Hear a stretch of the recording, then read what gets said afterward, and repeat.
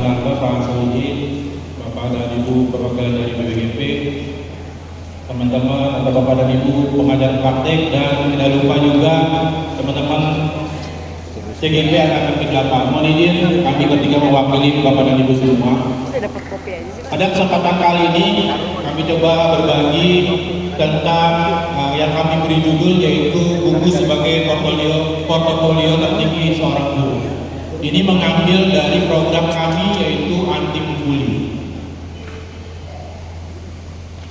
Sebelumnya perkenalkan diri kami, saya Heni Setiawan, guru PPKN dari SMP Negeri 42 Jakarta, dan kebetulan kepala sekolah kami juga hadir, Bapak Haji Syahrudin. Terima kasih atas kesempatannya.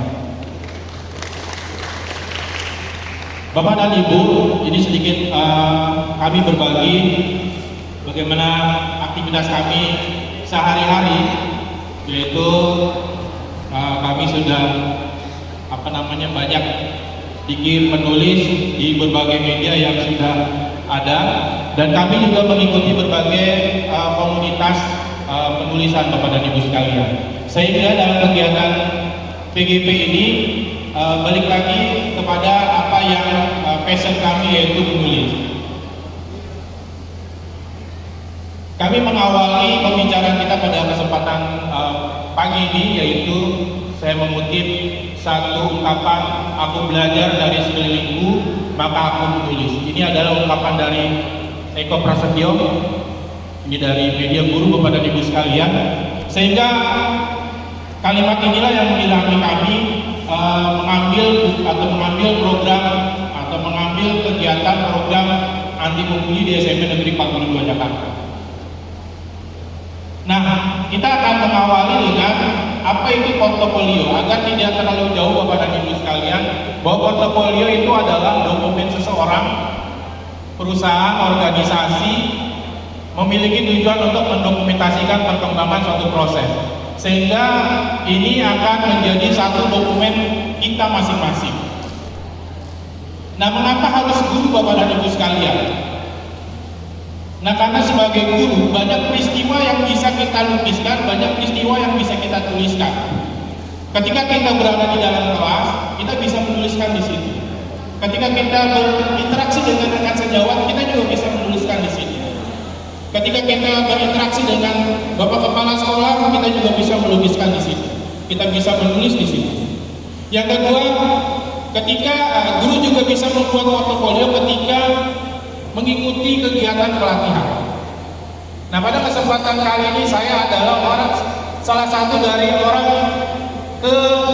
yang beruntung mengikuti kegiatan guru penggerak. Yang ketiga, membuat buku itu sekarang itu lebih mudah.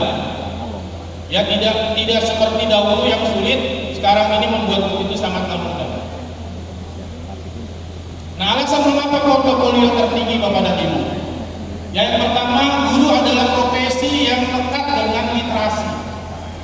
Guru adalah profesi yang dekat dengan kegiatan literasi, baik itu menulis maupun membaca dan sebagainya.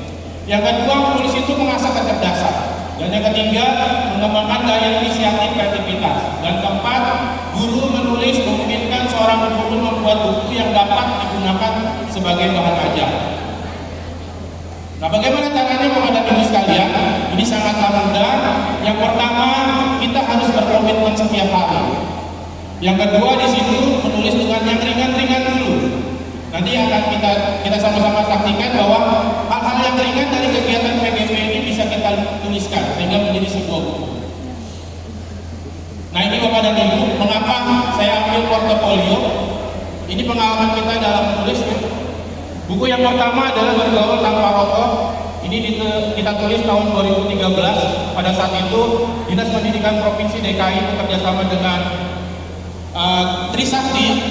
Ini kita menghasilkan satu buku yaitu Bergaul Tanpa Rokok. Nah, pada kegiatan berikutnya ini juga ada saku-saku LPP DKI Jakarta tahun 2019. Kita menghasilkan dua buku yang pertama yaitu Pembina dengan Sukses. Isinya adalah bagaimana keseharian kita, karena kebetulan saya mendapatkan tugas tambahan menjadi pembina OSIS, portofolio itu kita tulis di situ Bapak dan Ibu, sehingga menghasilkan satu buku dengan judul Membina dengan Sukses. Yang kedua, raga di atas 3.000 MDPR. Ini adalah portofolio kita, portofolio saya ketika membina pencinta alam. Dan kebetulan hari-hari bersama pencinta alam kita lukiskan dan kita tuliskan menjadi sebuah buku raga di atas 3.000 MDPR. Nah, ini ada potret keseruan Ramadan. Ini hasil pelatihan kita dengan Asosiasi Guru Penulis Grobogan tahun 2021. Ini portofolio kita yang pertama, yaitu potret keseruan Ramadan.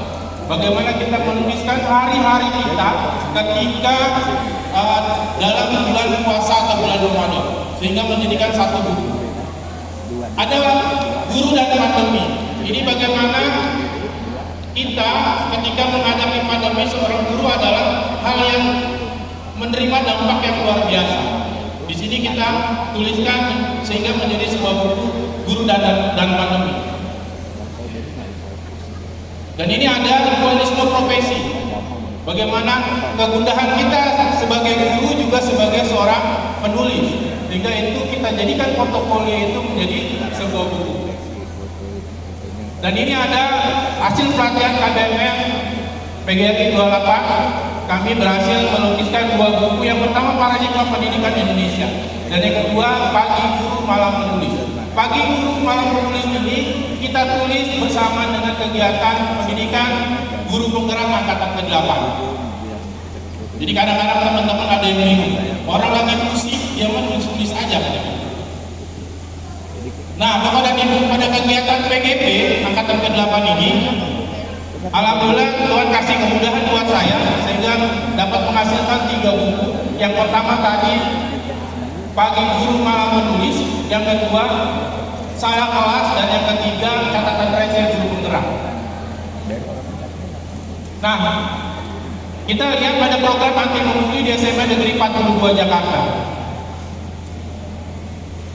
Di latar belakangnya adalah ketika rapat pendidikan yang ada di sekolah, nilai literasi dan numerasinya sangat rendah. Banyak cara yang dilakukan oleh sekolah, baik itu mengadakan pelatihan dan sebagainya, tapi salah satu cara dari kami yaitu dengan program anti pungli ini. Nah, tujuannya bagaimana mengembangkan bakat dan minat peserta didik dalam kegiatan literasi. Ini langkah-langkahnya Bapak dan Ibu sekalian. Siswa diharapkan dapat menulis 1 buku dalam 1 semester. Hanya saja ini masih bersifat buku antologi. Ya. Terus yang kedua, mengajak seluruh warga sekolah untuk menuangkan ide dan gagasannya sehingga menjadi satu karya literasi. Langkah-langkahnya ini, yang pertama kami mengajak kepala sekolah. Ini adalah langkah yang kedua. Sebelumnya kami membuat satu program tulis bareng kepala sekolah. Hanya saja karena kesibukan Bapak dan Ibu guru sekalian serta anak-anak, program tersebut tidak berhasil. Dan ini program anti pungli dengan judul Saya Kelas ini merupakan program pertama di SMA Negeri 42 Jakarta yang melibatkan siswa.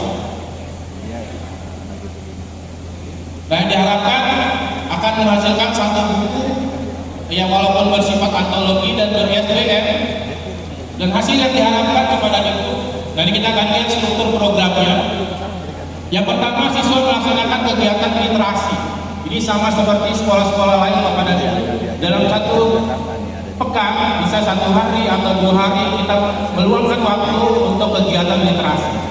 Yang kedua, siswa dipilih oleh guru. Dalam hal ini adalah guru bahasa Indonesia, mana-mana siswa yang memang berpotensi dan memiliki keinginan atau bakat untuk menulis. Dan yang ketiga, siswa kita persilakan untuk menulis dengan tema yang kita tentukan. Pada tema Salah Kelas kali ini, yaitu mereka melukiskan bagaimana cerita-cerita lucu yang ada di sekolah. Hal yang ringan-ringan dan sederhana, siswa bisa melukiskan dan menuliskan. Terus tulisan siswa kita kumpulkan dan tulisan siswa kita bukukan. Nah, hasilnya siswa berhasil menulis buku antologi berjudul Salah Kelas, di mana menceritakan pengalaman-pengalaman lucu mereka. Walaupun tulisan mereka belum sempurna Bapak dan Ibu, tetapi ini jadi pendorong buat mereka untuk selalu menghasilkan sebuah karya. Nah, ini hasilnya dari daftar isi, hal-hal yang sederhana mereka tuliskan Bapak dan Ibu sekalian. Salah kelas, salah masuk kamar mandi, mereka tuliskan semua di situ. Sehingga kita bukukan menjadi satu buku yang berjudul Salah Kelas. Nah, ini ada tantangan dan solusi. Tantangannya, kita mengharapkan melibatkan semua siswa angkatan atau kelas 7, kelas 8, dan kelas 9 menjadi sebuah kekuatan yang sangat dahsyat ketika seluruh siswa ikut terlibat. Ya, ini menjadi tantangan kita. Pada program anti membuli ini baru sekitar 30-50 orang yang terlibat dalam kegiatan penulisan salah kelas ini Bapak dan Ibu sekalian. Yang kedua, menjaga konsisten. Ya, menjaga konsisten bagaimana proses penulisan ini. Dan yang ketiga, perlu ada dukungan orang tua dari kegiatan ini. Solusinya, kalau bisa dimasukkan ke dalam program sekolah yang sudah menjadi paten. Satu semester, 3 angkatan kita buat buku, itu jadi maha dahsyat Bapak dan Ibu sekalian. Nah, program yang kedua, ini buku kita tulis ketika kegiatan pendidikan guru penggerak angkatan ke-8, kita ambil judul Pagi Guru Malam Menulis. Ya, di sini kita menceritakan, buku ini menceritakan bagaimana penulis menjalani kegiatan sebagai guru dan sebagai penulis. Ini kapan tidurnya, ada yang nanya begitu, Japri, Pak Heri kapan tidurnya gitu kan? Kita tidur tetap tidur Bapak dan Ibu. Ya.